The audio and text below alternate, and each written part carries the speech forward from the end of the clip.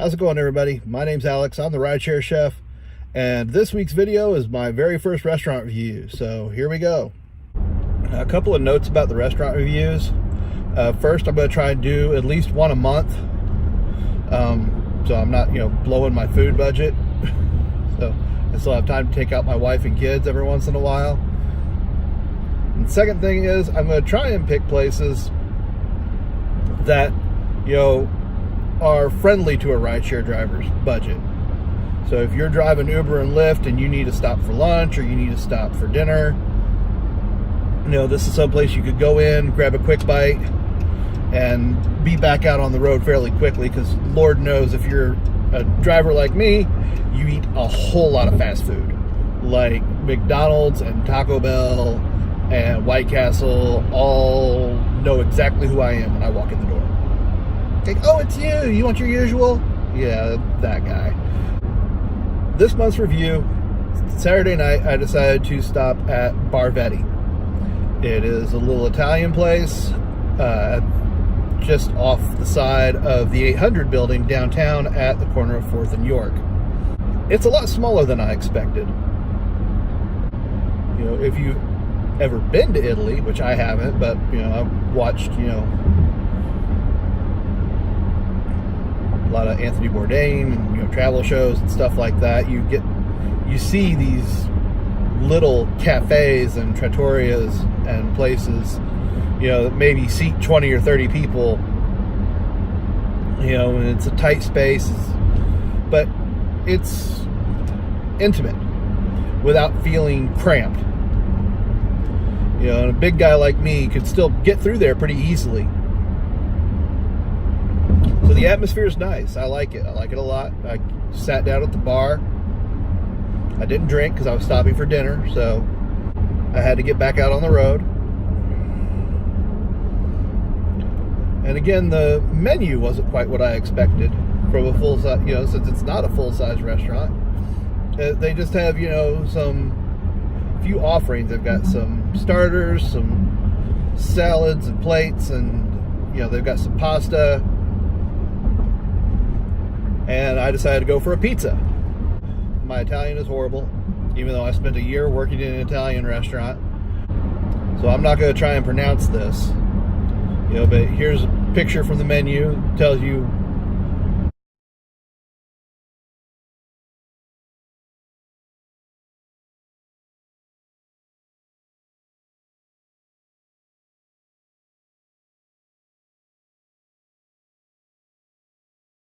basically what I got was their version of a meat lover's pizza. If you don't know what a lot of those different meats are, it's basically, some excellent selections of Italian charcuterie, as they say. These were done in nice thin slices and, spread all over the pizza. And then the peppers, the peppadew peppers, give a nice little tart kind of bite in the back of your mouth when you got them. But it was nice because with the thin slices spread on the pizza, every bite was a little bit different. The crust was good. It was thin but not crispy. I don't know what they used to fire their oven there, but it did a good job. The rim of the crust had a nice crispy bite to it. It was good.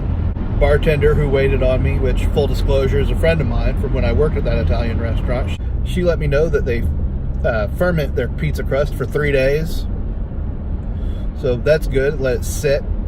Let the yeast work at it. It gave it a nice flavor. I have to admit, the crust was good. Just the foundation of your pizza. If the crust isn't good, then it doesn't matter what you put on top of it. Doesn't matter how much money you spend on the ingredients or who made the ingredients, if you made the ingredients or the guy down the road made the ingredients. None of that matters. If the crust is cardboard, then the pizza's bad. But overall, a good experience. I enjoyed it. I was in and out of there probably 45 minutes, which is longer than I know as a driver you want to take for a lunch break maybe. But again, my friend is there working behind the bar and we chit-chatted for a while, but you could probably get in and out with a pizza in 30 minutes. And I killed that thing too. It was good. And it's not something I would have worried about, somebody smelling the leftovers in my car, because it was delicious. What's that smell? It's my pizza. Oh my God, you guys got to go to Bar Vetti. Get the pizza. It's delicious.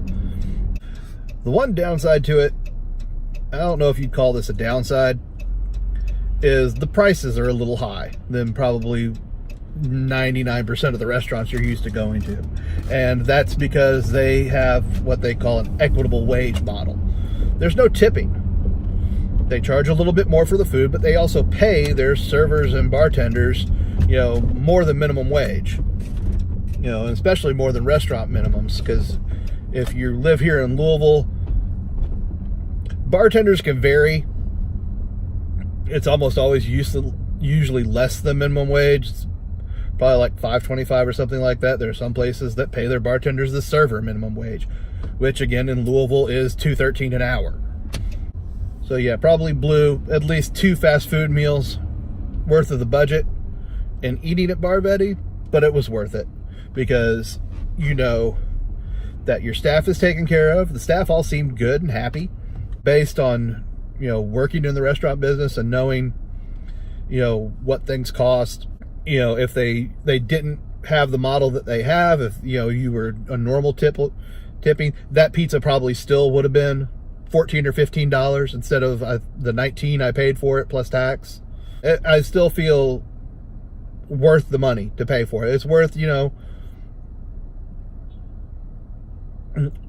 indulging yourself once. They also do lunch, before I forget. So if you're a daytime driver, like I tend to be during the weeks when my kids are in school, you can also stop downtown.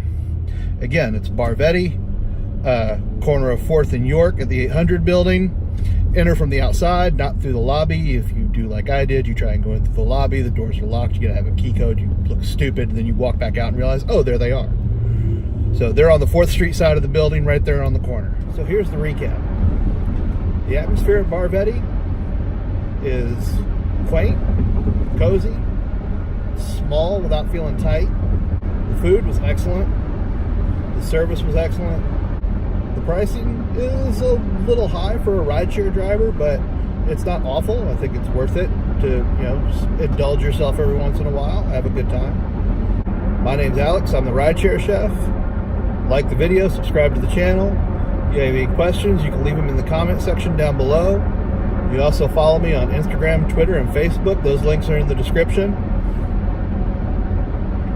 And if there's any restaurants that you want to see in the future, feel free to comment back and let me know, and I'll get them in one of my future reviews.